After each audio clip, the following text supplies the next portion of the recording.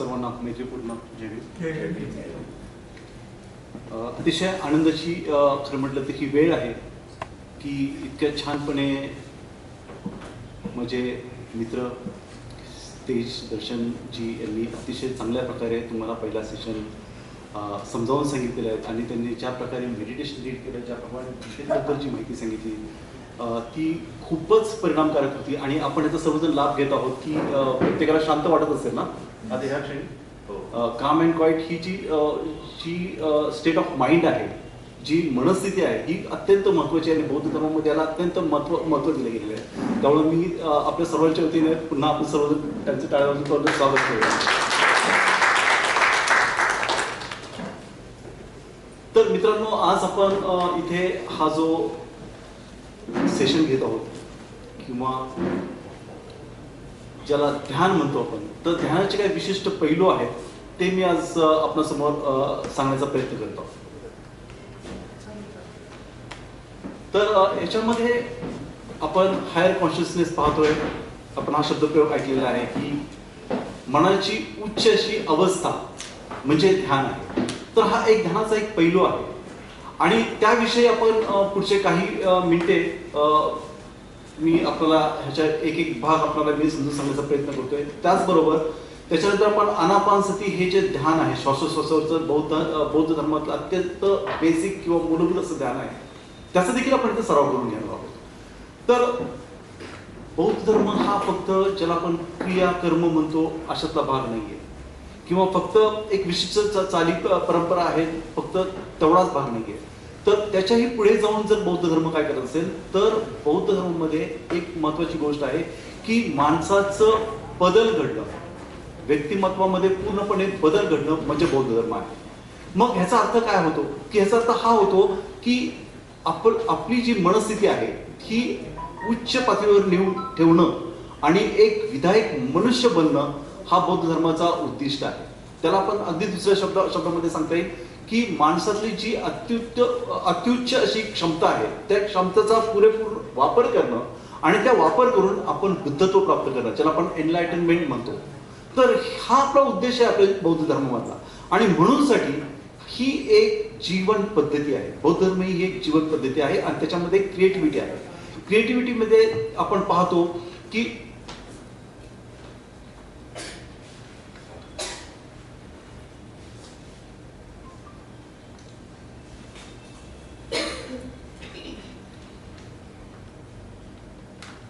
यामध्ये आपण क्रिएटिव्हिटी जे आपण अर्थाने आपण पाहतो बौद्ध धर्म, तर क्रिएटिव्हिटीमध्ये आपली मानसिक अवस्था ती एक परिशुद्ध होत जाते. जसं आपण एक उदाहरण पाहूया की आपल्यामध्ये बदल कसा घडून आला पाहिजे. तर हा बदल जो आहे तो जसं भगवान बुद्धांनी सगळीकडे सांगितलेलं की सोन्याची परीक्षा अग्नीमध्ये सोनं टाकून पाहतो, तसंच आपलं जे चैतन्य आहे, जी आपली वागणूक आहे ती आपण तपासून पाहायला पाहिजे की ती खऱ्या अर्थाने परिशुद्ध आहे की नाही. ज्याच्यामध्ये लोभ, मोह, द्वेष आणि बाकीचे जे विकार आहेत, नकारात्मक विकार आहेत, नकारात्मक ज्या भावना आहेत त्या गेलेल्या आहेत आणि आपले जे चित्त आहे, आपले जे मन आहे ते अधिक विधायक होत आहे, परिपूर्ण होत आहे. आपण एकरूप झालेलो आहोत, आपण अधिक समाधानी होत चाललेले आहे. तर ही जी समाधानाची बाब आहे, एकरूपतेची बाब आहे, ज्याला फोकस माइंड म्हणतो, ते फोकस माइंडची जी अवस्था आहे ही एक हायर कॉन्शियसनेसची अवस्था आहे.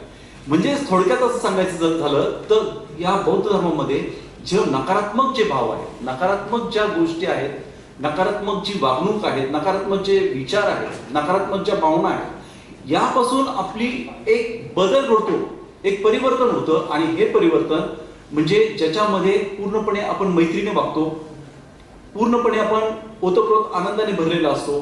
आपण त्यावेळेस तुम्हाला समजून सांगतोय ह्या आपल्यामध्येच आहेत, ह्या बाहेरून आलेल्या नाहीये. आणि म्हणूनसाठी बौद्ध धर्माचं सगळ्यात महत्व कोणाला महत्व द्यायचं तर आपला प्रत्येकाला देतो. ही अत्यंत महत्वाची गोष्ट आहे. कारण आपण हा मानवाचा जो विकास आहे आपल्या स्वतःपासून सुरुवात होतो. आपण दुसऱ्याकडे बोट दाखवू शकत नाही, त्यांनी तसं केलं म्हणून मी असं केलं, हा भाग इथे येत नाहीये. तर आपल्या स्वतःपासून आपण उत्क्रांती घडवण्याचा आपण प्रयत्न करतो.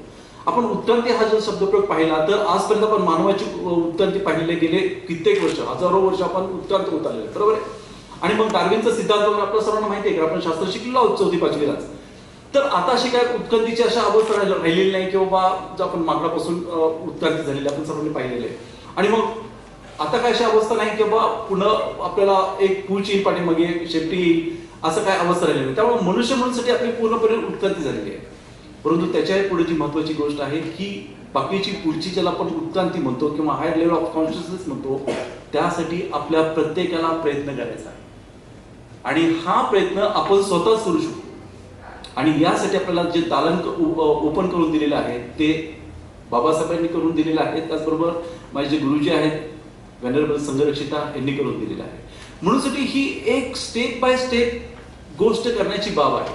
आपल्या स्वतःला आपल्या आंतरिक भावनेमध्ये, आंतरिक अंतःकरणामध्ये जर डोकून पाहायचं असेल तर ह्या ज्या महत्वाच्या बाबी आहेत त्या आपण तपासून घेतल्या पाहिजे की कशा प्रकारे आपल्यामध्ये आपण स्वतःमध्ये पाहू शकतो. स्वतःचा आरसा पण स्वतःच असतो.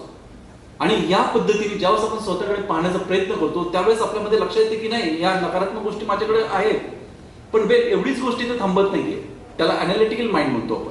तर ह्या गोष्टी आहेत, ठीक आहे, मला जर एखाद्याने अरे म्हटलं तर मला कार्य म्हणण्याची वेळ येते, मी बोलतो. पण ज्यावेळेस आपण ध्यानाच्या अवस्थेमध्ये येतो त्यावेळेस आपल्याला लक्षात येतं वेल मला आता चीड आलेली आहे की समोरची व्यक्ती मला जे मला नको आहे ते बोललेलं आहे, किंवा मला राग येईल असं बोललेलं आहे, किंवा राग येईल असं वागलेलं आहे. ही गोष्ट आपल्या लक्षात येते. ज्या ज्यावेळेस आपण ध्यानामध्ये येतो त्यावेळेस आपल्याला जागृती निर्माण होते.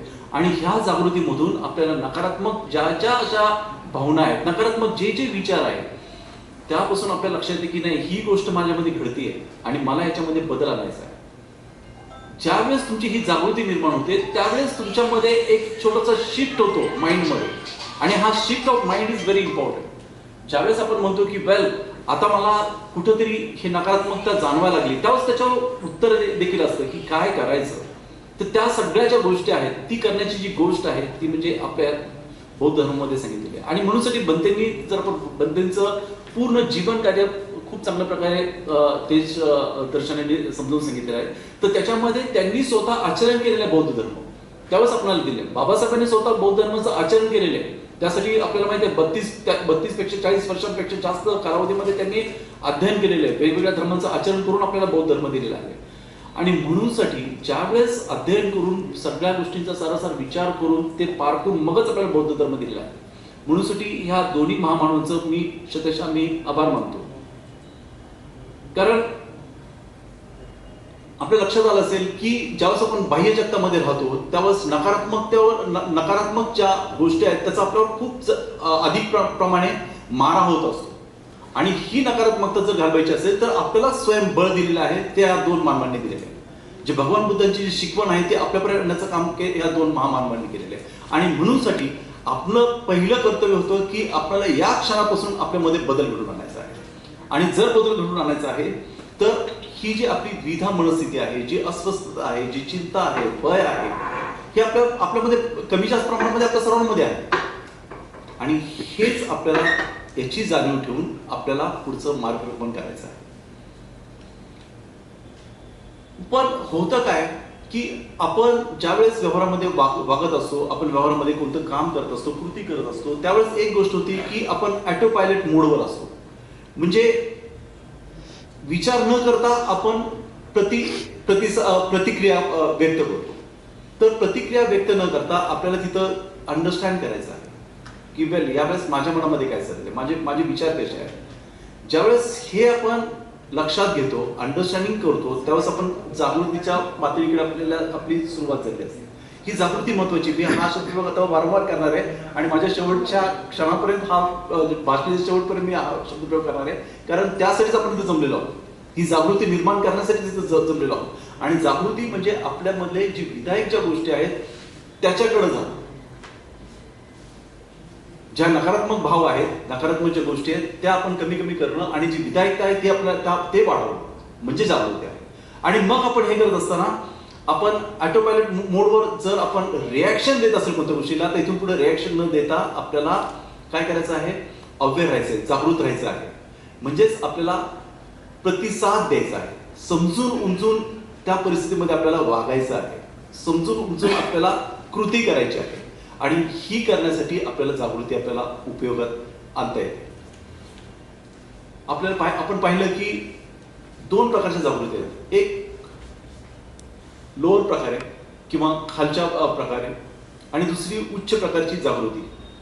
आता लोअर प्रकारच्या जागृतीमध्ये काय होतं की माणूस सेल्फ सेंटर्ड असतो, की मी, मला, माझं याच्याबद्दल विचार करतो आणि ह्याच्यामध्ये नकारात्मक भाव खूप असतात. तृष्णा आहे, लोभ आहे, अस्वस्थता आहे, चिंता आहे, भय आहे, ह्या सगळ्या नकारात्मक भावना असतात. तो नॅरो पाथ आहे, अत्यंत असा छोटासा असा मार्ग आहे आणि त्याच्यावर तुम्ही जर माणसाचा जीवनक्रम बघितला तर त्याच गर्तेमध्ये तो वाहवत जात असतो. म्हणजे त्याच्या जीवनाला दिशा नसते खऱ्या अर्थाने. आपण म्हणतो दिशाहीन माणूस आहे. तर हे कंपास आहे, हा एक होका यंत्र आहे की आपल्या दिशेला या गोष्टीमुळं आपण आपल्या जीवनाला आपल्याला दिशा मिळते या कंपासमुळं किंवा ह्या जागृतीमुळं. आणि म्हणूनसाठी ही जागृती आपल्याला महत्वाची आहे. ही झाली नकारात्मक, म्हणजे आपण म्हणतो लोअर साइड ऑफ कॉन्शियसनेस. मग हायर जी जागृती म्हणतो किंवा उच्च प्रकारची जागृती कशी आहे, तर उच्च प्रकारची जागृती आहे की ज्याला आपण म्हणतो की हा जो मार्ग आहे हा खूप मोठा मार्ग आहे, विस्तृत अशा प्रकारचा मार्ग आहे. त्याच्यामध्ये मेंटल क्लॅरिटी असते, त्याच्यामध्ये आपण जो विचार करतो तो विचार काय करतो ह्याची जागृती असते, त्यामध्ये आपण एखादी जी भावना निर्माण झालेली आहे आता या क्षणी त्याबद्दल आपण जागृत असतो, त्यामध्ये आपण त्याची क्लॅरिटी असते की आपण कसा वागतोय, काय बोलतोय, कोणते शब्दप्रयोग आपण उपयोगात आणतोय, या सर्वांची प्रत्येक जागृती होते. आणि ही हायर लेवल ऑफ कॉन्शियसनेस म्हणतो आपण ह्याला. आणि हे करत असताना सगळ्यात महत्वाची गोष्ट आहे की ज्याला आपण प्रेम म्हणतो, मैत्री म्हणतो, ही जी आपली जे हृदय आहे, या हृदयातून येणारी जी कंपनं जी आहेत त्याच्याशी हे निगडीत आहे, की ज्याच्यामध्ये आपला बदल होतो, ट्रान्सफॉर्मेशन होतं. ती ही गोष्ट आहे ती म्हणजे आपलं हृदय. फक्त आपण ऐकतो अनॅलिटिक जे माइंड आहे फक्त तेवढंच उपयोग आणत नाहीये. तर हे ज्यावेळेस आपण हायर लेवल ऑफ कॉन्शियसनेस म्हणतो त्यावेळेस आपण हृदयाशी आपण कनेक्ट होतो. ज्यावेळेस आपण आपल्या हृदयाशी कनेक्ट होतो त्यावेळेस आपण इतरांशी कनेक्ट होतो.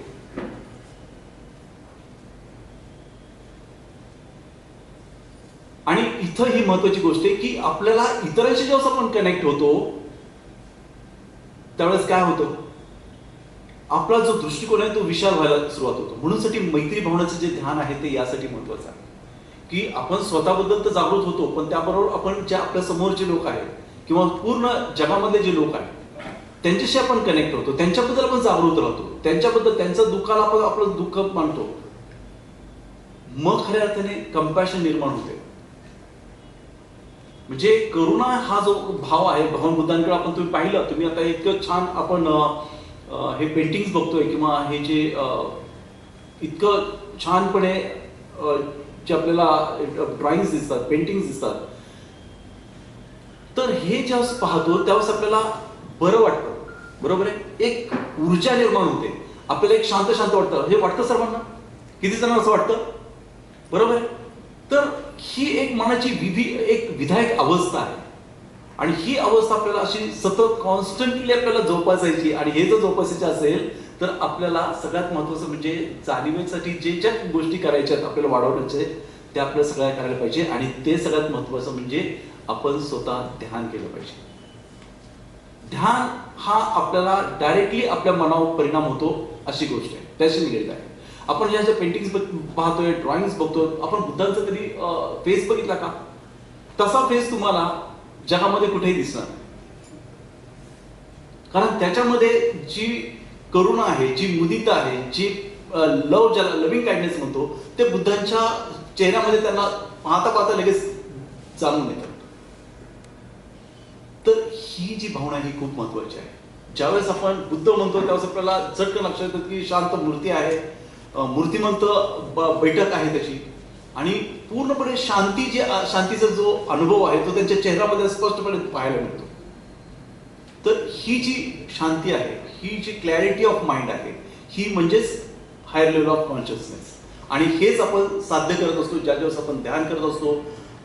हे असे वेगवेगळे प्रदर्शन आहेत, त्याच्यामध्ये आपण जे पाहतो की वेगवेगळे स्कल्पचर्स आहेत, वेगवेगळ्या गोष्टी येतात की जसं आपण म्युझिक म्हणूया, पेंटिंग्स म्हणूया, तर ह्या वेगवेगळ्या माध्यमातून आपण ज्या कलेच्या आपण सान्निध्यामध्ये येतो आणि त्याच्या आपल्याला जे हायर लेवल ऑफ कॉन्शियसनेस म्हणतो, तर ते आपल्याला इनडायरेक्ट वेने आपल्या मनावर परिणाम करत असतं, विधायक परिणाम करत असतं. आणि म्हणूनसाठी ह्या गोष्टींना आपण वारंवार आपण केलं पाहिजे, अशा ठिकाणी आपण वारंवार आलं पाहिजे.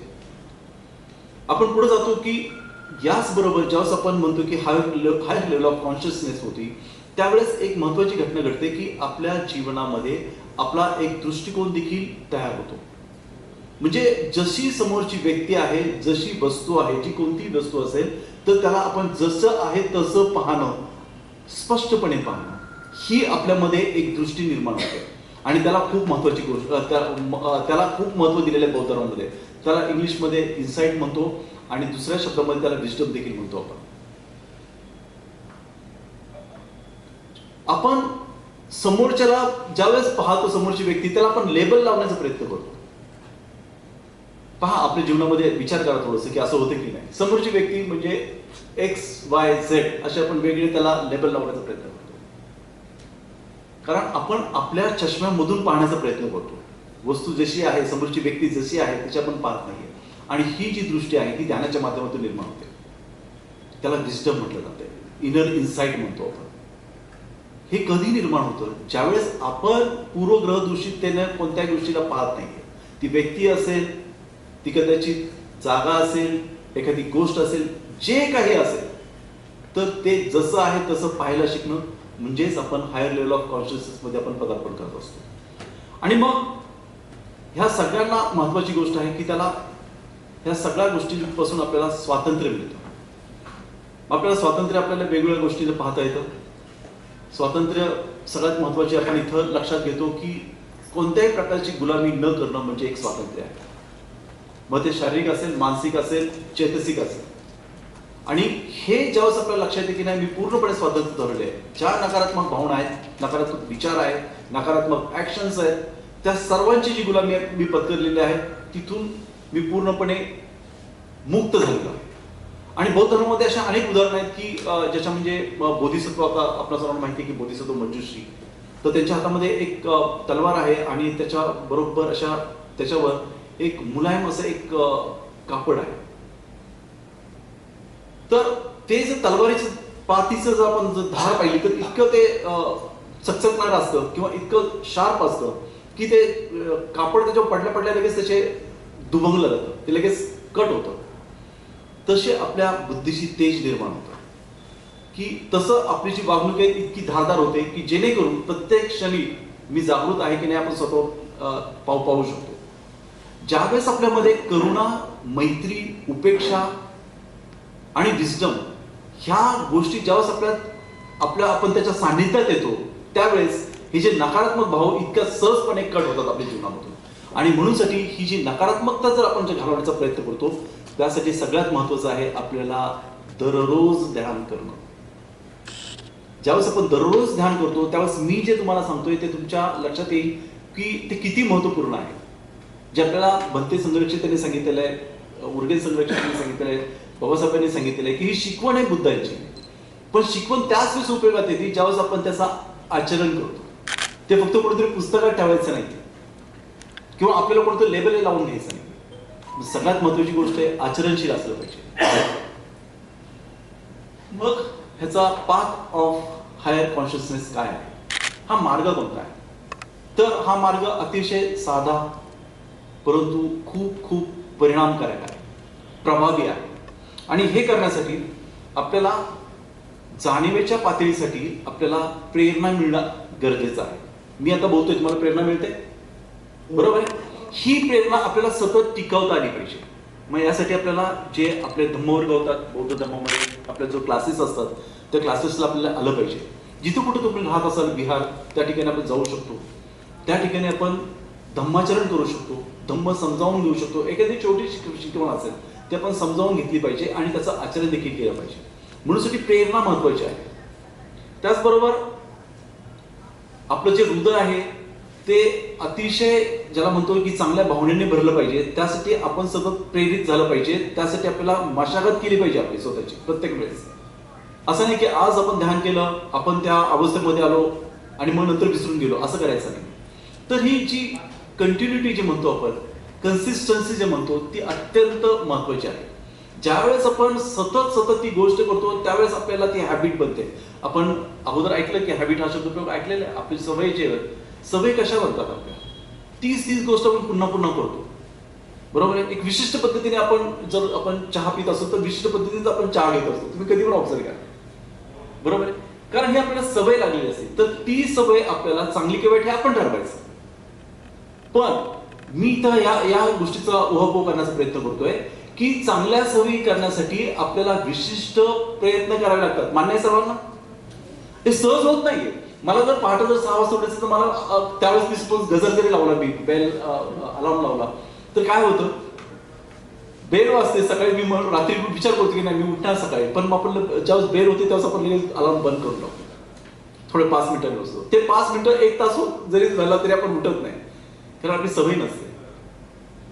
त्यावेळेस आपल्याला नको वाटतं, आपण रेजिस्ट करतो एखादी गोष्ट करण्यासाठी, नको वाटतं आपल्याला, कारण तो आळस असतो. आणि हा आळस देखील आपल्याला जर घालवायचा असेल तर सगळ्यात महत्वाची गोष्ट आहे की आपल्याला हेतू सातत्य अत्यंत गरजेचं आहे. एक दिवस आपण एखादी गोष्ट केली, दुसऱ्या दिवशी नाही केली असं नाही चालत. तर त्यासाठी कन्सिस्टन्सी महत्वाची आहे. आणि हे करत असताना आपल्याला ज्यावेळेस निसर्गाच्या सानिध्यात येतो, आपण पाहतो की विश्वामध्ये इतक्या उत्कृष्ट गोष्टी आहेत, पोएम्स आहेत, कविता आहेत, त्याच्यानंतर आपण संगीताच्या माध्यमातून निसर्गामध्ये येऊ शकतो किंवा निसर्गाला पाहू शकतो. आपण वेगवेगळे माध्यम आहेत, तर ते आपण करायला हवं. जे तुम्हाला सहज शक्य आहे, तुम्ही वेळ काढून देखील ह्या गोष्टी केल्या पाहिजेत. खऱ्या अर्थाने ज्याला आपण हॉबीज म्हणतो त्या देखील आपण जोपासल्या पाहिजे.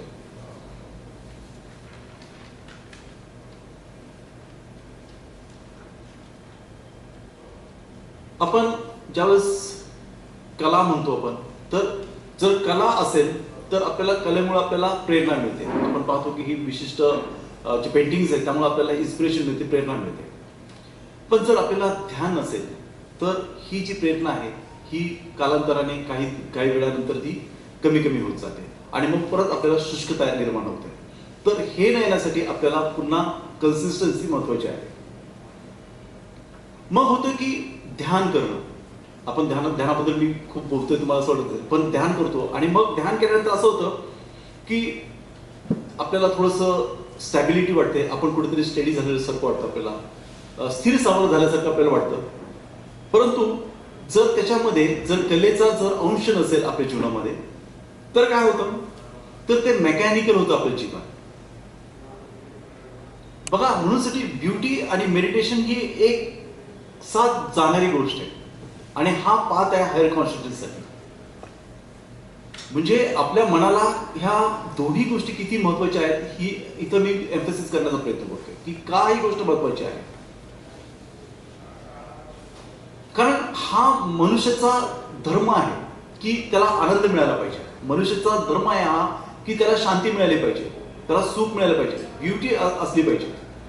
काही न करता आपण ज्यावेळेस आपण निसर्गामध्ये जातो त्यावेळेस आपण काही विशिष्ट प्रयत्न करतो असं नाहीये, पण ते करत असताना काय वाटतं तुम्हाला?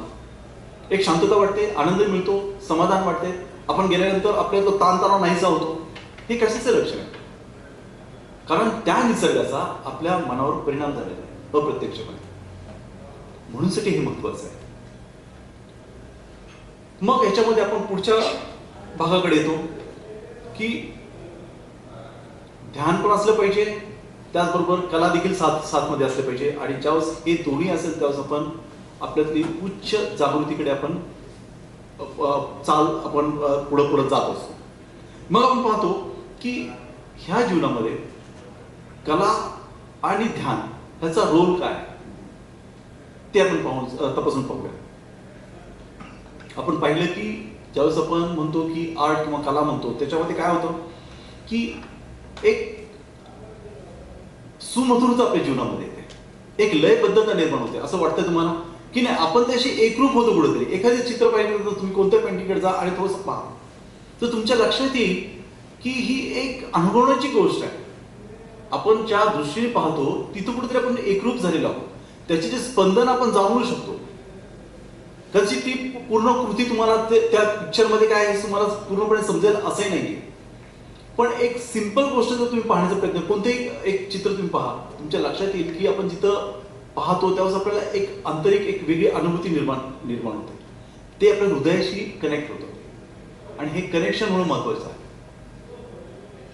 कसं वेगवेगळे दृष्टिकोन कसे असतात मी तुम्हाला एक उदाहरण सांगतो की उर्गेन संघर्षजी एकदा असे चाललेले होते आणि एक दुसरा व्यक्ती समोर आलेला असतो आणि मग असं होतं की मोठे वृक्ष असतात, तुम्हाला माहिती आहे इंग्लंडमध्ये. तर तो मोठ्या वृक्षासमोर येतात आणि भलते पाहतात त्या वृक्षाकडे आणि दुसरा एक व्यक्ती समोर आलेला असतो, त्याशी त्यांचं बोलणं सुरू होतं आणि बोलता बोलता भलते किती छान वृक्ष आहे, किती मोठा आहे वगैरे, किती विषय आहे. पहा दृष्टिकोन कसा असतो, दोन विभिन्न व्यक्तींचा दृष्टिकोन कसा असतो.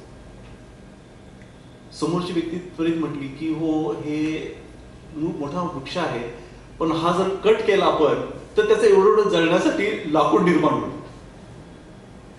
बनतेचा दृष्टिकोन हा होता की त्याच्यामध्ये ब्युटी कशी आहे, तो वृक्ष कसा आहे, त्याचं आपल्याला जे सौंदर्य आहे त्या सौंदर्याबद्दल बनते बोलत आहे. पण समोरच्या व्यक्तींनी त्याला वेगळ्या पद्धतीने, कारण त्याचं जे माइंड आहे ते वेगळ्या पद्धतीने चालत असं होतं. त्यामुळं जशी वस्तू आहे तसं पाहण्याची जी मी सांगतोय त्याच्यातली ही पद्धती आहे. मग आपण पुढे पाहतो की ज्यावेळेस आपण हे जे संगीत आहे, वेगवेगळे माध्यम आहे, जे निसर्ग आहे, ज्यावेळेस याच्या सानिध्यात येतो त्यावेळेस आपल्या मनामध्ये एक विशिष्ट प्रकारचा बदल होतो, एक छोटीशी समथिंग शिफ्ट होतो आणि हा शिफ्ट महत्वाचा आहे. कारण तिथं तुम्हाला चालना मिळते की वेल मी अंतरंगात बघू शकतो, मला आता शांतता मिळालेली आहे, मला कुठेतरी आनंद मिळालेला आहे. ही ज्यावेळेस ऊर्जा तुमच्यामध्ये संक्रमित होईल ना त्यावेळेस खऱ्या अर्थाने हायर लेवल ऑफ कॉन्शियसनेस करत आपली वाटचाल सुरू झालेली असं लक्षात ठेवायचं. मग आपण पाहतो की यामुळे दुसरी एक महत्वाची गोष्ट होती की आपल्या ज्या इमोशन्स आहेत, ज्या भावना आहेत त्या अधिक रिफाईंड होतात. ज्या ग्रॉस इमोशन्स आहेत, ज्याला आपण म्हणतो की अस्वस्थता किंवा सतत भयभीत होणं, ह्या ज्यावेळेस आपण ह्या ध्यानाकडे येतो त्यावेळेस आपल्या ज्या इमोशन्स आहेत, ज्या आर्ट्सकडे येतो त्यावेळेस आपले जे इमोशन्स आहेत ते अधिक परिशुद्ध होत असतात. म्हणजेच दुसऱ्या शब्दात जर सांगायचं झालं तर अधिक आपण आनंदी होतो, अधिक समाधानी होतो, कॉन्सन्ट्रेटेड होतो, पीस ऑफ माइंड होती, आपलं माइंड क्लिअर होतं, क्लॅरिटी ऑफ माइंड येते. ह्या सगळ्या पॉझिटिव्ह इमोशन्स आहेत, ज्या भावना आहेत त्याचा आपल्याला लाभ घेता येतो. मग आपण पाहतो की जगामध्ये आपल्या सर्वांना माहिती आहे की दुःख आहे, आपण सर्वजण अनुभवतो एक गोष्ट, असं कोण आहे की ज्याला दुःख नाही, प्रत्येकाला आहे. पण हे एक सर्कल आहे की दुःख सुरू होतं आणि परत दुःखामध्येच येतो, तर दुःखाच्या बाहेर येण्याचा काही मार्ग दिसत नाही. पण ज्या वेळेस आपण हे करत असतो कंटिन्युअसली ह्या गोष्टीच्या आपण ज्यावेळेस सांगितले चक्र आहे ते आपण ब्रेक करू, म्हणजे किती ह्याच्यामध्ये अर्थ भरलेला आहे की ते आपल्या डायरेक्टली हृदयाशी जोडलेलं आहे, आपल्याला जिवंत बनवतं, साजिवंत बनवतं. फक्त हाडामासाचा गोळा आहे ना, तो इकडे तिकडे फिरतो, मोठ्याने बोलतो, इकडे तिकडे काहीतरी काम करतो, परत येतो घरी, असं काही होत नाहीये. तर आपल्यामध्ये जीव आहे आणि तो जीवाचा आपल्याला चांगल्या प्रकारे उपयोग करून घेतला पाहिजे की जेणेकरून आपली जी कॉन्शियसनेस आहे, जी जागृती आहे ती हायर लेवलपर्यंत नेली पाहिजे. मग आपण पाहतो की हे जे कला आहे हे आपल्याला आपलं जे अस्तित्व आहे त्या अस्तित्वाचं सत्यदर्शनापर्यंत नेतं, ज्याला आपण ट्रूथ म्हणतो, तिथपर्यंत आपण जाऊ शकतो. म्हणजे तुम्ही पहा हे जे कलाकार आहेत किती एकरूप होतात, त्यांची जी कला ज्यावेळेस ते करत असतात, प्रदर्शित करत असतात त्यावेळेस किती एकरूप झालेले असतात. आणि आपल्या सर्वांना माहिती आहे हा 5-6 दिवसांचा आपला जो कार्यक्रम इथं बालगंधर्व कलादानामध्ये आहे त्याच्यामध्ये संगीताची किंवा वेगवेगळी मैफिल संध्याकाळी ठेवलेली आपण, त्यांची कला सादरीकरण आहे. तर हा त्याचा भाग आहे. आणि बनतेंचा पण हेच दृष्टिकोन होता की जीवन हे निरस असता कामा नये. एक बौद्ध म्हणूसाठी आपल्या जीवनामध्ये आनंद निर्माण झाला पाहिजे आणि ते जीवन अधिक प्रभावीपणे आपण ज्याला ब्युटी म्हणतो, आपण सौंदर्य म्हणतो, सौंदर्याने आपण भरलं पाहिजे. म्हणूनसाठी हा सगळा प्रयास आहे. म्हणजे बौद्ध धर्म हा शुष्क नाहीये. जर आपल्याला वाटत असेल की बौद्ध धर्म शुष्क आहे तर आता या क्षणात तुम्ही लक्षात घ्या की बौद्ध धर्म आपल्याला आनंद मिळवण्यासाठीच दिलेला आहे, की ज्याच्यामध्ये पूर्णपणे ओथंबून आपण प्रेझेंट मोमेंट मध्ये कसं राहायचं हे शिकवलं जातं. आणि हे करण्यासाठी कला आपल्याला विकसित करणं गरजेचं आहे किंवा कलेचा लाभ घेणं, आस्वाद घेणं हे अत्यंत महत्वाचं आहे. मग आपण पाहतो की मेडिटेशन, ध्यान, मी कलेबद्दल बोलत आलेलो आहे, आता आपण ध्यानाबद्दल बोलूया. ध्यान म्हणजे दुसरं तिसरं काही नसून आपल्या मनावर डायरेक्टली विधायक परिणाम घडवण्यासाठी आपण ध्यान करतो. ध्यान करत असताना आपल्याला स्टेप बाय स्टेप सिस्टमॅटिक वेने आपल्याला आपल्या मनावर, आपल्या जागृतीवर परिणाम घडवण्यासाठी आपण ध्यान करत असतो. मग हे करत असताना सगळ्यात महत्वाची गोष्ट आहे की आता या क्षणी राहणं म्हणजे ध्यान आहे, ज्याला आपण प्रेझेंट मुमेंट म्हणतो. आणि present moment is a wonderful moment आपण म्हटलं जातं. हा क्षण आपल्याला मिळालेला आहे. तुम्हाला कोणालाही माहिती आहे, मला देखील माहिती आहे की पुढचा क्षण आपला कसा आहे. No one knows. आपल्याला माहिती आहे का की हिरोशिमा आणि नागासाकी ह्या देशांवर बॉम्ब हल्ला झाला त्यावेळेस त्यांना कल्पना असेल की क्षणार्धात असं काहीतरी होईल. सकाळच्या 8 वाजता सुमारास तो अनुभव पडला. बरोबर, सर्वांना माहिती आहे इतिहास. त्यांच्याकडे दुसरा क्षण होता, कोणाकडे नव्हता. त्यामुळं जीवन आपण असं गृहीत धरून चालू नये. आणि म्हणून बुद्धांचं जे तत्वज्ञान आहे ती या क्षणी आपण जे कोण आहोत या क्षणी आपल्याला आनंदित राहायला पाहिजे. हा आपला हक्क आहे आणि हा आपणच मिळवून द्यायचा आहे. त्यासाठी इतर कोण प्रयत्न करतील हे सोडून द्या. कारण बंते नेहमी म्हणतात की बौद्ध धर्मामध्ये नेता आणि त्याचे फॉलोअर्स अन्वय असा काही भाग नाहीये. तर आपल्या स्वतःलाच नेता व्हायचं, आपल्या स्वतःच लीडर व्हायचंय. आणि लीडर कधी होऊ शकतो, ज्यावेळेस आपण स्वतःवर प्रयत्न करू आचरणाचा, ज्यावेळेस आपण प्रेझेंट मुवमेंटमध्ये राहण्याचा प्रयत्न करू, त्यावेळेस त्याला लक्षात येईल की जागृती अत्यंत महत्वाची आहे आणि ध्यानासाठी जागृती महत्वाची आहे. आणि हे कष्ट आपल्यालाच करायचे. यासाठी बाहेरची कोणी व्यक्ती तुम्हाला थोपवू शकत नाही की बाबा रे असं असं कर, असं कोणी तुम्हाला थोपवणार नाही. मग आपण बघतो की आपण दैनंदिन जीवनामध्ये काय होतं की आपली जी ऊर्जा आहे, शक्ती जी आहे ती वेगवेगळ्या कारणांमुळे विखुरलेली आहे. बरोबर, जसं उदाहरण देता येईल की जर पिन्स आहेत, वेगवेगळे पिन्स आहेत, टाचण्या आहेत, तर टाचण्या मूठभर घेतले त्यांचे विखुरलेले आहेत, तर त्याचा काय उपयोग होईल का?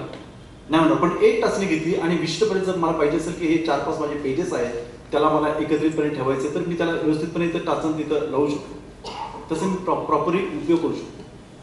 सेम त्याच पद्धतीने आपल्याला फोकस राहता आला पाहिजे, आपल्याला एकरूपता साधता आली पाहिजे, एकाग्रता साधता आली पाहिजे. आणि हे कधी शक्य होईल, ज्यावेळेस आपण ध्यान करू त्यावेळेस जी आपली विखुरलेली शक्ती आहे त्या ध्यानामधून आपण ती एकरूप करण्याचा प्रयत्न करतो. तुम्हाला व्यवहारामध्ये असं बोलताना लोक कधी ऐकले का तुम्ही की आज हे करण्यामध्ये मला काही बरं वाटत नाही, मला काही क्लायमेट चेंज झालं, मला बरं वाटत नाही, आज मूड नाही माझा काम करण्यामध्ये. काय काय काय होती त्यावेळेस मनस्थिती काय होती? त्यावेळेस आपली जी मनस्थिती आहे ती विखुरलेली असते, वेगवेगळ्या गोष्टींमध्ये विखुरलेली असते. कदाचित त्यावेळेस आळस आलेला असेल, त्यावेळेस मनावर दडपण असेल काहीतरी, किंवा आपण वेगवेगळ्या कारणामुळे आपल्याला भय निर्माण झाला असेल. हे आपल्याला ओळखता आलं पाहिजे की माझी मानसिक स्थिती कशी आहे. जर एकरूप व्हायचंय, ह्या विखुरलेल्या ज्या शक्ती आहेत त्या जर आपल्याला एकरूपता जर करायचं असेल तर अवेअरनेस महत्वाची आहे. ज्यावेळेस आपण अवेअर होतो त्यावेळेस खऱ्या अर्थाने आपल्याला एकरूपता किंवा आपण फोकस माइंड आपण करू शकतो. आणि मग ज्यावेळेस आपण हे करत असतो त्यावेळेस आपल्याला सगळ्यात महत्वाची गोष्ट की आपले जे हृदय कमल आहे ते आपण ओपन करतो, आपण रिसिप्टिव्ह होतो, आपण आधी ग्रहणशील होतो.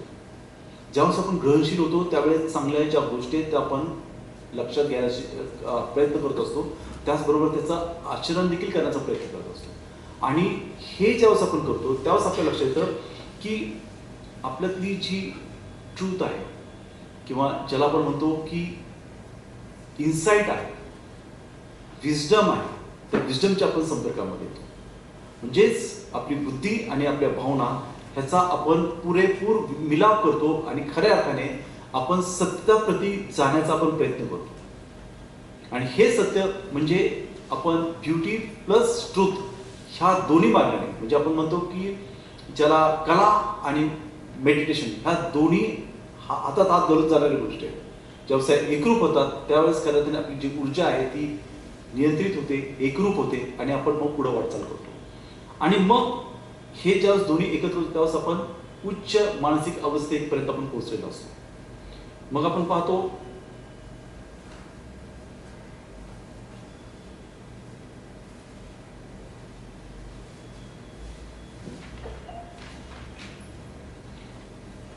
जे बनते संघर्षाची जी शिकवण आहे त्याकडे आपण जेव्हा पाहतो त्यावेळेस आपल्या लक्षात येतं की हे करत असताना क्रिएटिव्ह असलं पाहिजे. म्हणजे आपण आपला विचार जेव्हा आपण करतो तेव्हा आपण चांगला विचार आहे की वाईट विचार असला पाहिजे हे आपण पहिल्यांदा ठरवायचं आहे. काय आपली विचाराची परिस्थिती कशी आहे. आणि आपल्याला सर्वांना माहिती आहे की जे पण काय घडतं ते पहिल्यांदा दोन गोष्टींनी घडतं. दोन प्रोसेस आहेत. कुठे पण जर तुम्हाला दोन प्रोसेस लक्षात येईल. पहिली गोष्ट आहे की एखादी गोष्ट घडते त्यावेळेस ती पहिली गोष्ट घडते ते आपल्या मनामध्ये घडते. नंतर गोष्ट घडते ती आपण फिजिकल सेन्सवर किंवा ज्याला आपण म्हणतो अस्तित्व आहे ज्या समोरच्या वस्तू आहेत त्याच्यावर घडते. बरोबर आहे. जर विमानाचा शोध लागला असेल तर विमानाचा शोध अचानक लागलेला नाही. क्ष व्यक्तीच्या डोक्यामध्ये कल्पना आली की हे विमान असं असं बनवायचं, त्याचा उपयोग असा असा होईल, त्याचं वजन असं असेल, मेकॅनिकल गोष्टी अशा अशा असतील, ते त्याच्या मनामध्ये पर्यंत आलं. बरोबर आहे. मग त्यांनी ते बाह्य जगामध्ये ते करण्याचा प्रयत्न केला, वस्तूंबरोबर त्यांनी करण्याचा प्रयत्न केला आणि मग आपण पाहतो की आज इतक्या वर्षानंतर ते आपण विमानामध्ये सहज फिरू शकतो. प्रत्येक गोष्ट दोनदा घडते. एकदा आपल्या मनामध्ये घडते पहिल्यांदा, त्याच्यानंतर आपल्याला बाहेर ती घडते. आणि म्हणूनसाठी प्रेरणा महत्वाची आहे, मेंटल क्लॅरिटी महत्वाची आहे, बदल घडवायचा असेल तर ते महत्वाचं आहे. आणि हे सगळं ज्यावेळेस आपण करू, ज्यावेळेस आपण स्वतःला पूर्णपणे स्वातंत्र्य जे म्हणूया स्वतंत्र्याची अवस्था आहे, हे ज्यावेळेस आपण स्वतःला अनुभूती घेऊ त्यावेळेस खऱ्या अर्थाने आपण आपल्यामध्ये बदल घडवू शकतो, क्रांती घडवू शकतो. आणि हे करायचं प्रॅक्टिकल एक्झाम्पल्स मी तुम्हाला परत सांगतो की आपण नेचर वॉक करायला पाहिजे, निसर्गामध्ये गेलं पाहिजे, पाहिलं पाहिजे काय निसर्ग आहे, अनुभवता आला पाहिजे आपल्या निसर्ग, त्यामध्ये प्रेरणा मिळते. त्याचबरोबर वेगवेगळ्या जे शिल्प आहेत, कला आहेत त्या जोपासायला पाहिजे. आपल्याला जर करता येत नसेल हरकत नाही, आपण जे वेगवेगळे हे आर्ट गॅलरीज आहेत त्याचा आपण उपयोग करू शकतो. तिथं आपण त्याचा लाभ घेऊ शकतो, एकरूप होऊ शकतो. त्याचबरोबर आपण जे म्युझिक आहे त्या म्युझिकच्या आपण संपर्कामध्ये येऊ शकतो. जे म्युझिक जे करतात, गातात किंवा संगीत वाजवतात त्यांच्या आपण ऐकलं पाहिजे त्याला. कारण ही ऐकण्याची देखील एक कला आहे.